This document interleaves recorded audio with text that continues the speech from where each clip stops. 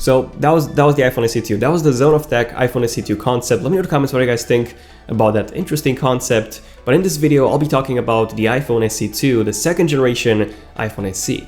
So welcome to my Leaks and Rumors series. I'm Daniel, and Apple's next entry-level iPhone has been leaked even more over the past weeks. And we got a lot of updates on it, including the design, the specs, the release date, and so much more. And in this video, I want to basically give you guys an update on the iPhone SE2. This is not the final Leaks and Rumors video, that's coming fairly in the next few weeks, but in this one I wanted to cover all the leaks and rumors up until this point because we got a lot of them that I haven't really covered in a while. So get your popcorn ready, sit back, relax, and let's take a look at everything you need to know about the iPhone SE2. Okay, so before talking about the iPhone SE2, I want to talk about what the original iPhone SE actually meant for Apple. So the original iPhone SE launched back in March 2016. So that was actually 2 years ago, 2 years and 1 month ago, or depending on when you're watching this video. But yeah, quite a long time ago. And the original iPhone SE, it was basically Apple's response to people who not only wanted a cheaper iPhone, but also to people who wanted a smaller iPhone, which was essentially usable with just one hand. And the SE had the exact same design as the iPhone 5, along with all the improvements that the iPhone 5S brought to the table, such as an improved camera and Touch ID. But most of the specs inside this iPhone were actually taken from the iPhone 6S. So we actually got the same iPhone 6S camera on the iPhone SE, the same Apple A9 processor as in the iPhone 6S, and also the same 2GB of RAM as in the iPhone 6S. However, the original SE wasn't really an iPhone 6S and a 5 body, since the display was still an iPhone 5 display, which was actually worse in terms of color reproduction, in terms of resolution, and also viewing angles than the iPhone 6S. It also lacked 3D touch,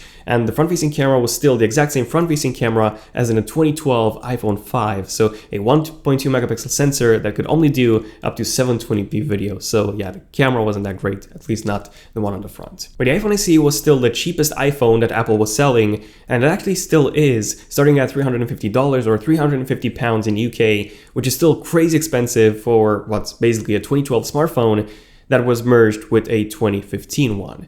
And this year in 2018, we are expecting not one, not two, but actually 3 new iPhone models. So the first one would be an updated iPhone X, so the same 5.8-inch display with more powerful specs and a better camera.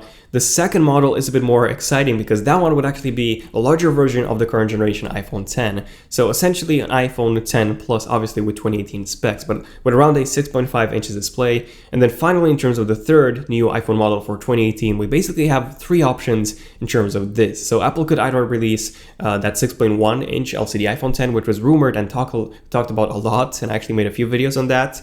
So that would be the entry-level iPhone X, not the entry-level iPhone for 2018.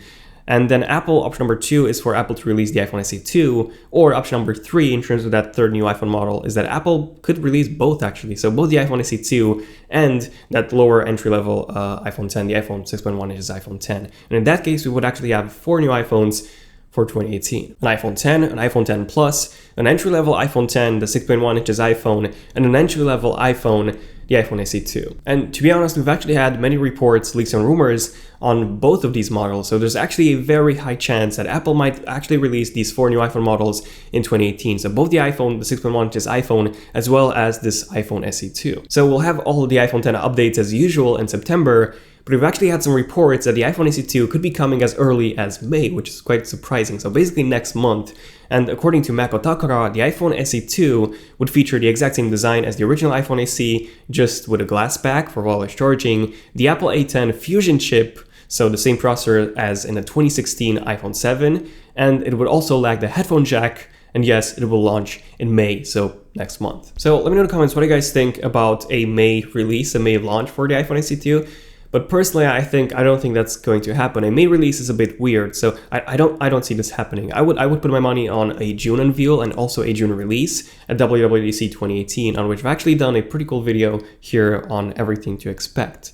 Also, we are expecting to see an iPad Pro 3, third generation iPad Pro, also known as the iPad X, video on that here as well. But yeah, I believe that June is probably where we'll actually see the iPhone SE2 for the first time. So this is the first and also the most believable option in terms of the iPhone SE2. So literally the exact same design as the 2016 iPhone SE, just with better specs. So an Apple A10 processor, 2GB of RAM, and a better camera. Most likely an iPhone 7 camera, and also a glass back so that Apple could sell you more of those AirPower charging mats that they haven't released yet, by the way. So I'm guessing that they would release those finally alongside the iPhone SE 2's launch, which is going to be in June. Now, the second option for the iPhone SE 2 is a bit more interesting. So this involves Apple removing Touch ID and bringing Face ID onto the iPhone SE 2. And considering that Apple does want to switch to Face ID all across the board, this is a high possibility that it might actually happen. So Face ID on the iPhone SE. So in this case, the bezels would also be shrunken down and the display size would be increased to possibly around 4.7 inches, which is basically what we have on the iPhone 6, the iPhone 6s, the iPhone 7, and the iPhone 8. Now, speaking of this option number 2 in terms of the iPhone SE 2, I don't see this having a notch, just because considering the number of sensors that Apple needs to put onto that notch, it would have to be around the same size as an iPhone 10 notch. And then considering how much narrower the iPhone SE 2 will be compared to the iPhone 10 because of the smaller display size, you would essentially be left with a notch that has literally no space on the left and on the right side for the actual time and indicators. So in that case, they might just as well make a very thin bezel on the top and then no bezels on the left sides and the bottom. So there you go. This is an iPhone SE 2 concept that we made a while ago. And this is how the iPhone SE 2 would look like in this case. If Apple decides to implement Face ID, and then if they decide to not have a notch, but instead a really thin bezel on the top and pretty much nothing else on the sides and the bottom. And then finally, the third option for the iPhone SE 2 is literally the one that I showed you guys in the trailer of at the start of this video. So that's the one in which Apple makes a ton of changes by adding Face ID, having the notch, and literally making a smaller version, possibly still around 4.7 inches, of the current iPhone 10. The only difference would be the size, which would still be possibly flat, basically. So the same as on the iPhone SE, the iPhone 5, and the iPhone 5s. And the design option, this design option would actually be the best one so far, especially if Apple does decide to release that 6.1 inches LCD iPhone 10 in September, because in that case, we would literally have 4 different iPhone 10s to choose from, all with different display sizes. Now, in terms of the actual colors, it might actually come in red. So Apple released a red iPhone 8 and an iPhone 8 Plus for some weird reason right now, like about 2 weeks ago, which is a bit unexpected because, you know, the iPhone 8, the next iPhone would be launching in just a few months, and the iPhone 8 is already the underwhelming release of the 2017 iPhones, because, you know, the iPhone 10 is basically the main iPhone released in 2017. So yeah, but they released the red iPhone 8 and an iPhone 8 Plus, and I do see this color coming to the iPhone SE 2 and obviously the 2018 iPhones as well. And if the iPhone SE 2 comes in red, then it would look amazing, especially with that glass back. Now, in terms of the actual specs, like I said before, everything is pointing towards an Apple A10 processor, as well as 2 GB of RAM, not 3 GB of RAM, and the iPhone 7 camera, and all of those 3 options for the iPhone SE 2. So all of those, whichever happens in terms of the design, they would have exactly the same specs. Now, when it comes to which option Apple is going to go with, I would honestly say, unfortunately, probably the first one. So an old 2012 iPhone 5 design with just an updated iPhone 7 camera from 2016, and also 2016 from the iPhone 7 specs. And the only new thing in that case would be the glass back for wireless charging, and no headphone jack, but also no 3D touch, and also no Face ID. So I think that this is what Apple is going to do with the iPhone SE 2. This is the most likely option for the iPhone SE 2. And a good example as to why Apple might do this would be the 2018 entry-level iPad. So I've actually done 2 separate videos on that iPad, but essentially the 2018 iPad uses an iPad Air 1 design, which came out in 2013, along with iPhone 7 specs. So Apple A10 processor, exactly 2 GB of RAM. So essentially exactly the same specs that the iPhone SE 2 might also come with, if you think about it. Same iPhone 7 camera, same iPhone 7 specs, and the 2012-2013 design. So that's quite interesting. So the possibilities of seeing the same specs in the iPhone SE 2 and an unchanged design are very, very high. But do let me know in the comments which design option do you think Apple would go with in terms of the iPhone SE 2, and also which design option would you go with in terms of the iPhone SE 2. And finally, in your opinion, the key selling feature, what's the key selling feature of the iPhone SE, the original one? Was it the price, or was it that small 4-inch form factor?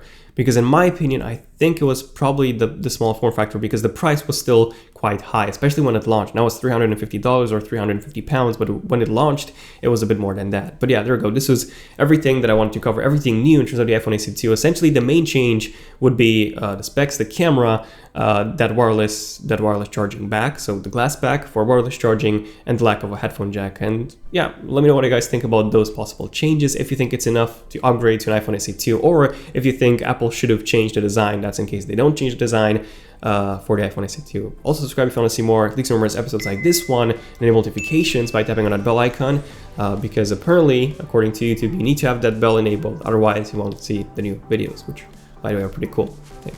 But yeah, other than that, feel free to leave a like if you enjoyed it, to let me know. I'm Daniel, and I'll see you guys in my next one. So, Tech, signing out. Cheers.